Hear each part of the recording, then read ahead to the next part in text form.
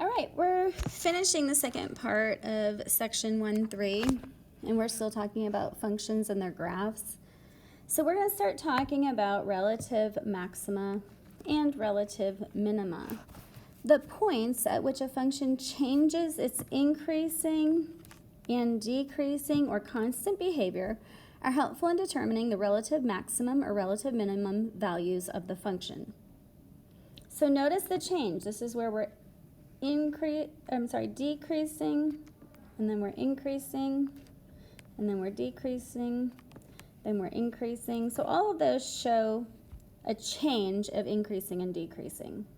Let's pull out our TI-84 calculators and let's go ahead and graph example 7.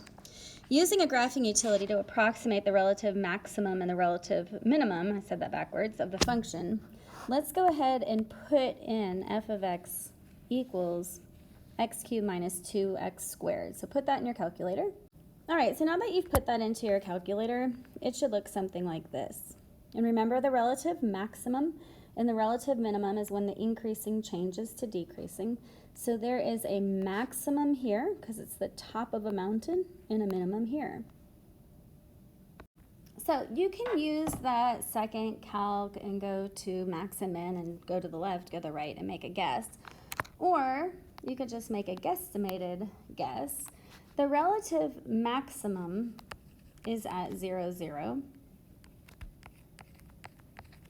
And when I actually traced it and went left and right, the minimum is at 1.3 and negative 1.2. All right, how you doing on that? All right, we are going to learn again how to graph a piecewise function. I do believe the best thing to do is to put a piecewise function into a table.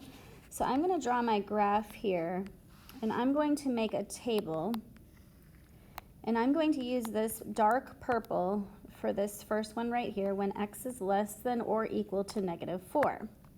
So I know I'm going to plug in the number negative 4, negative 1/2 times negative 4 minus 6.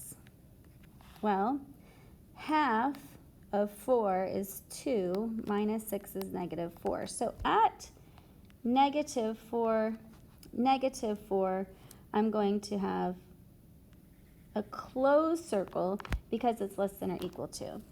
Now, I'm choosing numbers smaller than negative 4, like negative 6, and I've chosen to use an even because I know that I'm going to multiply by half, so that just made it a little easier. So half of 6, this will be positive. 3 minus 6 is negative 3. So at negative 6, I have a 3. And you might be able to make an educated guess that if I plug in negative 8,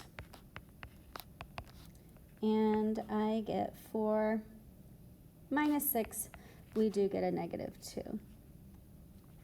So, yes, this is a linear graph, and it will look like this. Hopefully you could draw a little better than I can.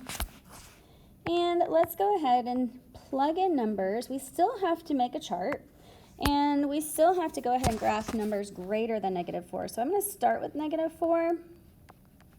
If I plug in negative 4 plus 5 is 1. So I know that this will have an open circle at negative 4, 1. If I plug in negative 3 plus 5 is 2. If I plug in negative 2 plus 5 is 3.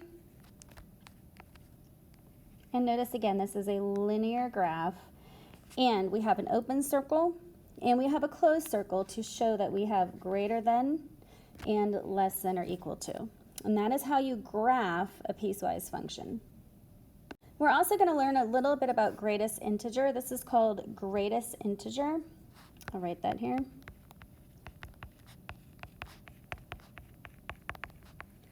And if you were in class today, on your TI-84, if you go to graphing, you can find this under math and then under number, and it's just INT.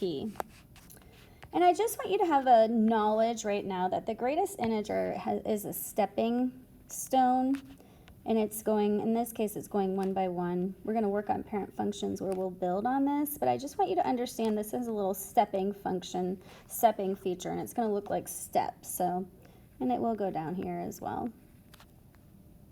So I just want you familiar with greatest integer. But the last thing we're going to learn today are even and odd functions. Now, even functions are functions that are symmetrical to the y-axis. So notice this, if I'd drawn it correctly, is symmetrical to this. Okay? Other symmetrical to the y-axis would be absolute value. Odd functions are symmetrical to the origin. Kind of weird. It goes like this and like this. A linear function is also symmetrical to the origin.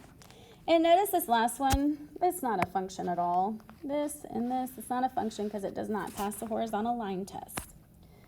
Now, what this tells us to do, and we're going to practice this first, is this is going to tell us to put a negative x in for our f of x.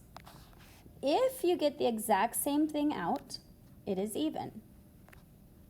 But if you put in that negative x, and you get negative, or you can factor out a negative, times the exact same thing, it is odd.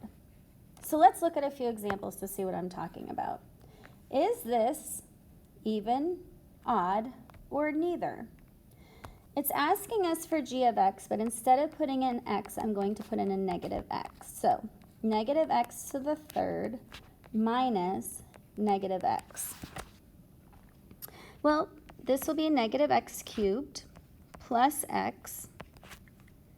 And remember, we want to see if this looks exactly the same. Well, negative x to the third plus x does not look like x cubed minus x. But if I factor out a negative, notice this part looks the exact same as this. And the negative tells me that it is going to be an odd function because I factored out that odd function, or that negative, so it's going to make this odd. So I know the answer to A is going to be odd. That kind of makes sense because notice that this is an x cubed and an x to the first. What about this one? H of x is equal to x squared. Remember, we're going to put in, instead of an x, we're going to put in a negative x. And we have negative x squared plus 1. Because of the parentheses, I know that this is going to be x squared plus 1. Hey, this is exactly the same. I have x squared plus 1, x squared plus 1. I know that when it is exactly the same, it is going to be even. So I'm going to mark this even.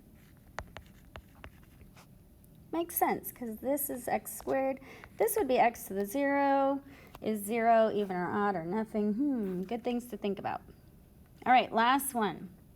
What happens when I plug in x to the third?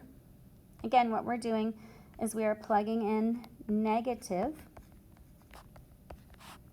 So I get negative x cubed minus 1. But when I factor out that negative, I have x cubed plus 1. And notice that this does not equal this. Therefore, this one is neither.